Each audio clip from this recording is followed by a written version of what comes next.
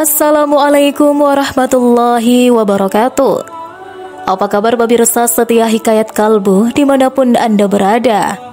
Semoga senantiasa dalam lindungan Allah Subhanahu wa Ta'ala. Hari ini kami akan membahas kisah raja pertama yang menguasai seluruh dunia setelah banjir bandang zaman Nabi Nuh. Oleh karena itu, simak cerita selengkapnya agar tidak tersesat. Dan jangan lupa untuk subscribe, like, and share channel YouTube kami agar senantiasa mendapatkan info menarik lainnya. Kami doakan bagi mereka yang sudah subscribe, semoga senantiasa mendapatkan syafaat Rasulullah yang berlipat-lipat. Amin, amin, Allahumma amin.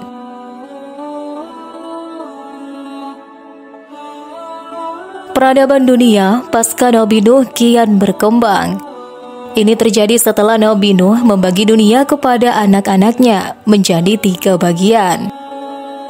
Pada mulanya, keturunan Nabi Nuh ini masih menyembah Allah Subhanahu wa Ta'ala. Lambat laun mereka durhaka, maka muncullah peradaban kaum Ad lalu kaum Samud. Setelah Allah Subhanahu wa Ta'ala menumpas 2 kaum ini, kemudian muncul di Babilonia peradaban yang tak kalah maju. Di sini lahir tokoh penting, Namrud bin Kan'an bin Cus bin Sam bin Nuh. Ialah raja pertama yang menguasai dunia. Para sejarawan umumnya menyepakati bahwa tidak ada yang selamat dari banjir tersebut selain Nabi Nuh dan orang-orang yang bersamanya di dalam bahtera. Adapun bahtera tersebut berlayar selama 6 bulan, hingga akhirnya berlabuh di atas tempat bernama Bukit Judi. At-Tabari dalam bukunya berjudul Tarikh Al-Rusul wa Al-Muluk mengutip hadis yang diriwayatkan dari Abdul Aziz bin Abdul Ghafur. Rasulullah Shallallahu Alaihi Wasallam bersabda, Nuh naik ke bahtera pada hari pertama bulan Rajab. Ia dan semua orang yang bersamanya berpuasa. Bahtera melaju bersama mereka selama 6 bulan sampai Al-Muharram. Bahtera kemudian berlabuh di Al-Judi pada hari Asyura, dan Nuh berpuasa serta memerintahkan semua hewan liar dan peliharaan yang bersamanya untuk berpuasa sebagai rasa terima kasih kepada Allah. Dan difirmankan, Hai bumi, telanlah airmu, dan hai langit atau hujan berhentilah, dan air pun disurutkan. Perintah pun diselesaikan dan bahtera itu pun berlabuh di atas Bukit Judi. Dan dikatakan, binasalah orang-orang yang zalim. Quran Surat Hud ayat 44. Ahli geografi asal Arab Ibnu Khardabi pada abad ke-9 mengatakan bahwa lokasi Gunung Judi ini berada di tanah Asyur atau Al-Akrat. Ini adalah tanah peninggalan bangsa Assyria. Pada era modern ini, artinya mencakup wilayah utara Irak, timur laut Suriah Timur, tenggara Turki, dan pinggiran barat laut Iran. Sementara itu, Yaqut Al-Hamawi, seorang ahli geografi Muslim, juga berkebangsaan Yunani pada abad ke-12 dan ke-13, mengatakan bahwa gunung tersebut berada di atas Jazirat bin Umar, di sebelah timur Tigris. Sebagaimana dikutip J.P. Lewis dalam bukunya berjudul Nuh and the Flood in Jewish, Christian and Muslim Tradition, ia juga mengatakan bahwa pada masa ia hidup, masjid peninggalan Nabi Nuh masih ada. Menurut Ibnu Katsir dalam bukunya yang berjudul Qisas Al-Anbiya, setelah Nabi Nuh mendarat di Al-Judi dan melanjutkan hidupnya bersama orang-orang yang beriman, Al-Quran menutup tirai pada kisah selanjutnya. Tidak diketahui bagaimana urusan ia dengan para pengikutnya berlanjut. Yang diketahui atau dapat dipastikan bahwa pada saat kematiannya, ia meminta putranya untuk menyembah hanya kepada Allah saja. Kemudian Nabi Nuh meninggal dunia. Sebelum wafatnya, Nabi Nuh sudah membagi wilayah bumi kepada putra-putranya, sebagaimana dikatakan oleh Amir bin Sarahil Al-Sabi. Ketika Nuh, keturunannya, dan semua yang ada di dalam bahtera turun ke bumi, ia membagi bumi kepada para putranya ke dalam 3 bagian. Kepada Sem, ia memberikan bagian tengah bumi, di mana Yerusalem, Sungai Nil, Sungai Efrat, Tigris, Syaihan, Jaihan, dan Feshen berada. Itu memanjang dari Pison ke timur Sungai Nil, dan dari daerah dari mana angin selatan bertiup, hingga ke daerah dari mana angin utara bertiup.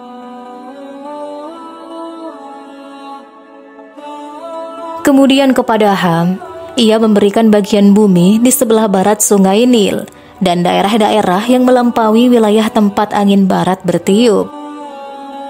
Bagian yang ia berikan kepada Yafet terletak di Pison, dan daerah-daerah yang melampaui tempat angin timur bertiup. Di tiap-tiap tempat tersebut, anak-anak Nabi Nuh mulai kembali membangun peradaban dengan tetap berpegang teguh pada tali agama Allah. Peradaban-peradaban tersebut berkembang pesat, hingga mampu menghasilkan karya yang masih membuat kagum manusia yang hidup setelah mereka. Hanya saja, seiring dengan berkembangnya peradaban tersebut, kesombongan pun mulai kembali merasuki anak cucu Nabi Nuh.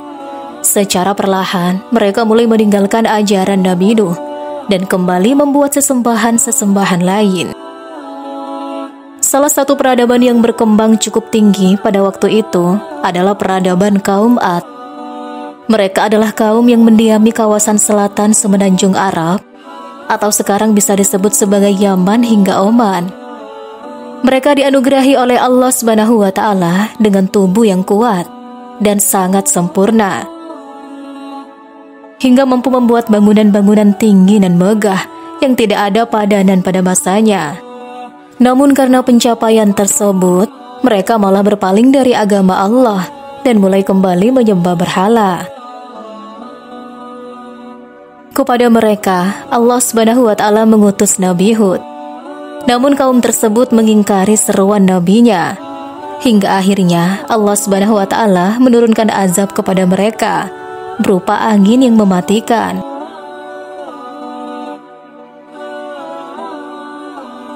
Setelah kaum Ad binasa, muncul kemudian kaum Samud. Sebagaimana diungkapkan oleh Ibnu Katsir, setelah penghancuran kaum Ad, suku Samud menggantikan mereka dalam kekuasaan dan kejayaan. Mereka juga jatuh ke dalam penyembahan berhala. Ketika kekayaan materi mereka meningkat, demikian pula cara kejahatan mereka, sementara kebajikan mereka semakin menurun. Sama halnya dengan kaum Ad, mereka membangun bangunan-bangunan megah di daratan dan memahat rumah-rumah yang indah di perbukitan. Tirani dan penindasan menjadi lazim ketika orang-orang jahat memerintah negeri itu. Hal ini juga diungkapkan di dalam Al-Quran. Dan ingatlah olehmu di waktu Tuhan menjadikan kamu pengganti-pengganti yang berkuasa sesudah kaum Ad, dan memberikan tempat bagimu di bumi.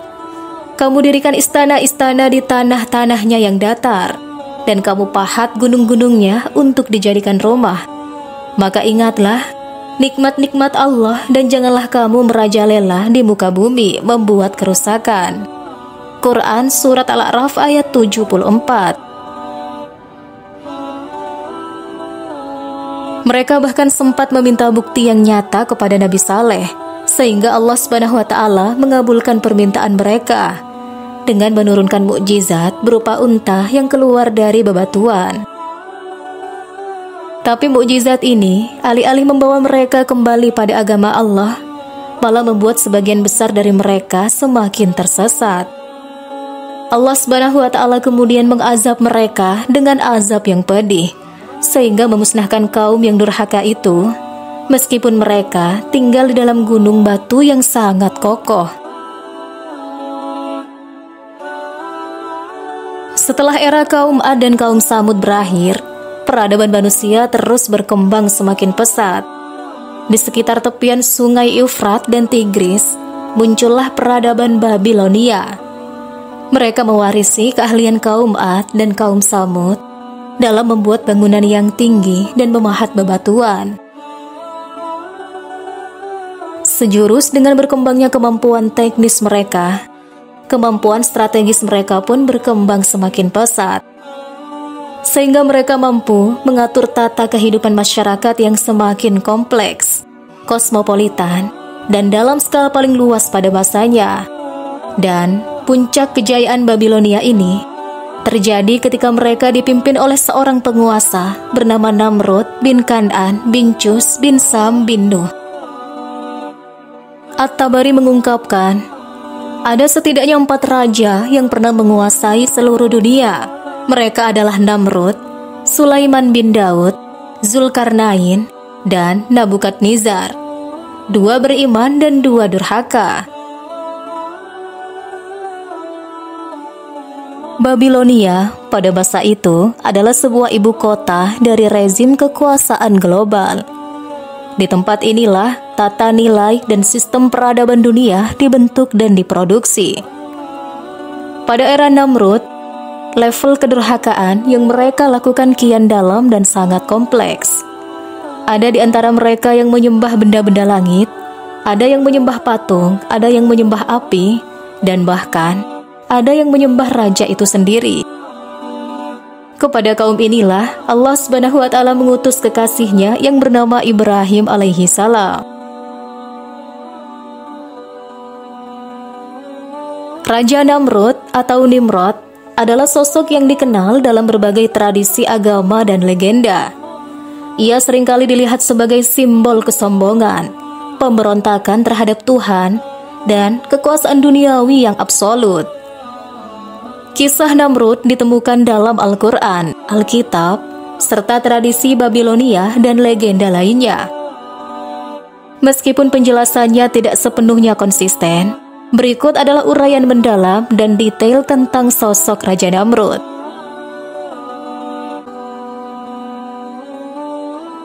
Nama Namrud sendiri berasal dari kata Ibrani Nimrod yang berarti pemberontak. Hal ini mencerminkan sifatnya yang menentang Tuhan dan menolak ajaran ilahi. Dalam Islam, Namrud lebih dikenal sebagai seorang raja yang hidup pada masa Nabi Ibrahim. Al-Quran tidak menyebutkan nama Namrud secara langsung, tetapi tradisi tafsir dan kisah-kisah lisan menghubungkannya dengan penguasa tiran yang berdebat dengan Nabi Ibrahim tentang keesaan Allah.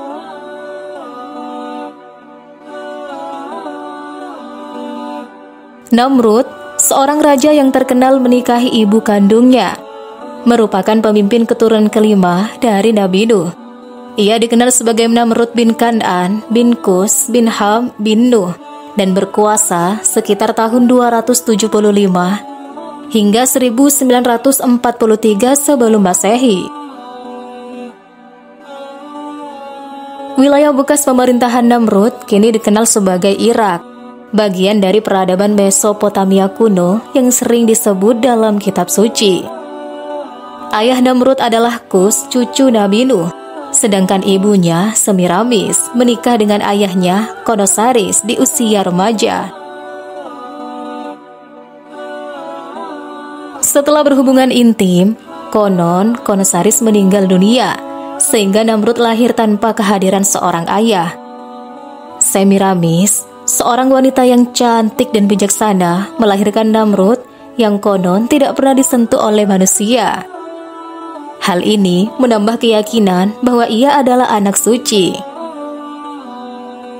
Raja Namrud dianugerahi daya intelektual yang tinggi dan menjadi ahli dalam berbagai bidang, seperti seni, desain, matematika, dan ilmu falak. Ia menemukan sistem siksagesimal yang membagi lingkaran menjadi 360 derajat dan satu hari menjadi 24 jam. Ia mengklaim dirinya sebagai Tuhan, merasa lebih tahu tentang kelemahan manusia dibandingkan Tuhan yang lebih tahu. Kisah kontroversial Namrud berlanjut dengan pernikahannya dengan ibunya, Semiramis, yang mengklaim melahirkan Namrud tanpa seorang ayah. Setelah dewasa, Semiramis merasa cemburu pada gadis-gadis yang mendekati Namrud dan akhirnya menikah dengan anak kandungnya. Semiramis digambarkan sebagai ratu yang ambisius dan penguasa bersama Namrud. Setelah kematian Namrud, ia melanjutkan sistem penyembahan berhala dengan memproklamirkan dirinya sebagai ibu dewi dan anaknya sebagai anak ilahi. Namun, kisah ini tidak ditemukan dalam Al-Quran atau Alkitab dan lebih sering dianggap sebagai mitos dari tradisi Babilonia. Setelah kematiannya, peradaban mulai mengagungkan Namrud sebagai Osiris, Isis, dan Horus. Pengikutnya mengadakan upacara untuk memperingati kematian dan kebangkitan dengan simbol-simbol seperti pohon cemara yang melambangkan kesuburan. Tradisi ini terus berlanjut, mengajarkan tentang elemen api, ular, dan matahari. Para pengikut berharap mendapatkan cahaya matahari sebagai sumber kesejahteraan. Kisah Raja Namrud menjadi bagian penting dalam sejarah, mencerminkan kompleksitas dan kontroversi dalam peradaban kuno, serta dampaknya yang masih terasa hingga kini. Dalam tradisi Islam, Namrud terkenal karena konfrontasinya dengan Nabi Ibrahim atau Abraham. Kisah ini diceritakan dalam Al-Quran Surat Al-Baqarah ayat 258. Namrud berdebat dengan Nabi Ibrahim tentang keesaan Allah. Dalam perdebatan itu, Namrud mendapat karunia dari Allah Subhanahu wa Ta'ala berupa kekuasaan dan kerajaan yang besar. Namun ia tidak bersyukur atas nikmatnya. Ia malah menjadi raja yang terkenal ingkar dan zalim. Namrud telah menjadikan setan sebagai pemimpin dan pelindungnya, sampai-sampai ia tidak beriman kepada Allah. Bahkan, ia menentang Nabi Ibrahim, lantaran diajak untuk beriman kepada Allah Subhanahu wa Ta'ala. "Siapakah Tuhanmu yang kamu serukan agar kami beriman kepadanya?" tanya Namrud kepada Nabi Ibrahim. "Tuhanku adalah Allah yang kuasa menciptakan makhluk yang semula tidak ada, atau menghidupkan orang yang tadinya sudah mati," jawab Nabi Ibrahim. "Kalau begitu, aku pun dapat pula menghidupkan dan mematikan," kata Namrud. Maksud pernyataan Namrud adalah membiarkan hidup atau tidak membunuh seseorang yang seharusnya ia bunuh, dan ia sanggup mematikan seseorang yaitu dengan membunuhnya. Sedangkan yang dimaksud Nabi Ibrahim ialah bahwa Allah Subhanahu wa Ta'ala menciptakan makhluk hidup yang tadinya belum ada, yaitu dengan menciptakan tulang-tulang, daging dan darah, lalu meniupkan roh ke dalamnya, atau dari makhluk yang telah mati, kemudian Allah Subhanahu wa Ta'ala mengembalikannya menjadi hidup pada hari kebangkitan kelak.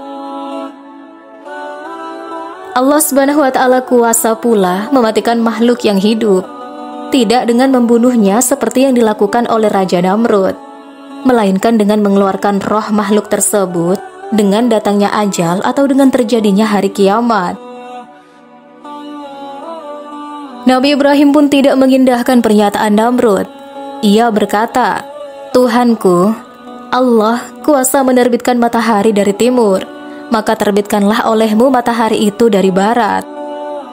Mendengar apa yang dikatakan oleh Nabi Ibrahim, Namrud tidak dapat menjawab. Ia bungkam dan tidak bisa berkutik. Nabi Ibrahim sebagai Rasul Allah yang beriman dan taat kepadanya, senantiasa memperoleh petunjuknya, sehingga ia tidak kehilangan akal dan dalil dalam perdebatan itu. Bahkan dalilnya yang terakhir, tentang bukti kekuasaan Allah dapat membungkam Raja Namrud. Sebaliknya, Raja Namrud yang ingkar dan durhaka kepada Allah benar-benar tidak mendapat petunjuknya, sehingga ia kalah dan tidak dapat berkutik lagi untuk menjawab tantangan Nabi Ibrahim. Itulah akibat orang yang mengambil setan sebagai pemimpin dan pelindung mereka.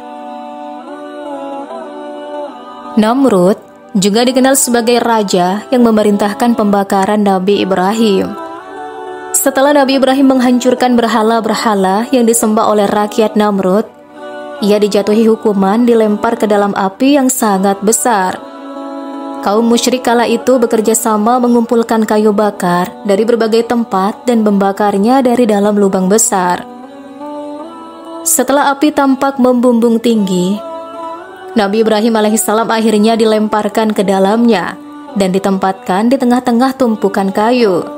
Raja Namrud beserta kaumnya yang menyaksikan tertawa terbahak-bahak. Namun, atas izin Allah Subhanahu wa Ta'ala, api yang berkobar itu telah diperintahkan agar tidak dapat membakar Nabi Ibrahim. Peristiwa ini termaktub dalam firman-Nya, "Wahai api, jadikanlah kamu dingin dan penyelamat bagi Ibrahim." Quran Surat Al-Anbiya ayat 69. Raja Namrud beserta para pembesarnya yang menyaksikan peristiwa itu kemudian tercengang. Akhirnya, pada saat itu juga Raja Namrud memerintahkan agar pembakaran dihentikan dan Nabi Ibrahim pun dibebaskan. Setelah dibebaskan, Nabi Ibrahim alaihissalam berkata, "Dalam pengalamanku, tidak ada hari-hari yang penuh kenikmatan melebihi apa yang aku rasakan selama di dalam api itu." Peristiwa ini menjadi salah satu mukjizat besar yang membuktikan kekuasaan Allah. Kehancuran Namrud diceritakan dalam berbagai tradisi dengan cara yang dramatis dan penuh simbolisme. Dalam tradisi Islam disebutkan bahwa Allah menghancurkan Namrud dengan cara yang sederhana namun memalukan. Pasukan kecil berupa nyamuk atau serangga kecil diutus oleh Allah untuk menyerang tentara Namrud. Allah mengirim nyamuk-nyamuk tersebut untuk menyerbu pasukan Namrud. Nyamuk itu pun segera menggigit kulit hingga tembus ke dalam daging dan menghisap darah mereka. Akhirnya, seluruh daging dan darah mereka habis, hanya tinggal tulang belulang. Seekor nyamuk bahkan masuk ke dalam lubang hidung atau telinga Namrud dan terus mengganggunya. Nyamuk tersebut menyebabkan rasa sakit yang luar biasa, sehingga Namrud memerintahkan orang-orang memukul kepalanya dengan palu untuk meredakan rasa sakit. Selama 400 tahun itu, Raja Namrud selalu memukuli kepalanya dengan tongkat yang terbuat dari besi, agar nyamuk itu dapat keluar, hingga ia biasa oleh seekor nyamuk kecil. Namun, penderitaan ini berlangsung hingga akhirnya Namrud meninggal dengan cara yang hina. Adapun sebelum Namrud tewas mengenaskan, Nabi Ibrahim masih berkali-kali menjenguknya untuk mengajaknya bertaubat. Namun Namrud tetap keras kepala hingga ia tewas. Kematian Namrud menjadi simbol kelemahan manusia di hadapan kekuasaan Tuhan. Meskipun ia memiliki kekuatan besar, ia tidak mampu melawan makhluk kecil yang diciptakan oleh Tuhan. Kisah Namrud ini mengandung banyak pelajaran moral dan spiritual. Di antaranya adalah 1. Kesombongan membawa kehancuran. Kesombongan Namrud yang menantang Tuhan menunjukkan bahwa kekuasaan duniawi tidak ada artinya di hadapan kekuasaan Tuhan. 2. Keimanan dan keteguhan Nabi Ibrahim. Nabi Ibrahim adalah teladan iman yang teguh di tengah ancaman penguasa tiran. Ia tetap menyampaikan kebenaran meskipun menghadapi bahaya besar. 3. Kelemahan manusia. Kematian Namrud oleh nyamuk menggambarkan bahwa manusia, betapapun kuatnya, tetap lemah di hadapan kehendak Tuhan. Raja Namrud adalah simbol klasik kesombongan manusia yang menolak Tuhan dan berusaha menyaingi kekuasaan ilahi. Meskipun ia membangun kerajaan besar dan menguasai rakyatnya, akhirnya ia dihancurkan dengan cara yang sederhana namun memalukan. Kisah Namrud menjadi pengingat abadi tentang pentingnya kerendahan hati, keimanan, dan pengakuan terhadap kekuasaan Tuhan yang mutlak. Wallahu a'lam bishawab. Wassalamualaikum warahmatullahi wabarakatuh.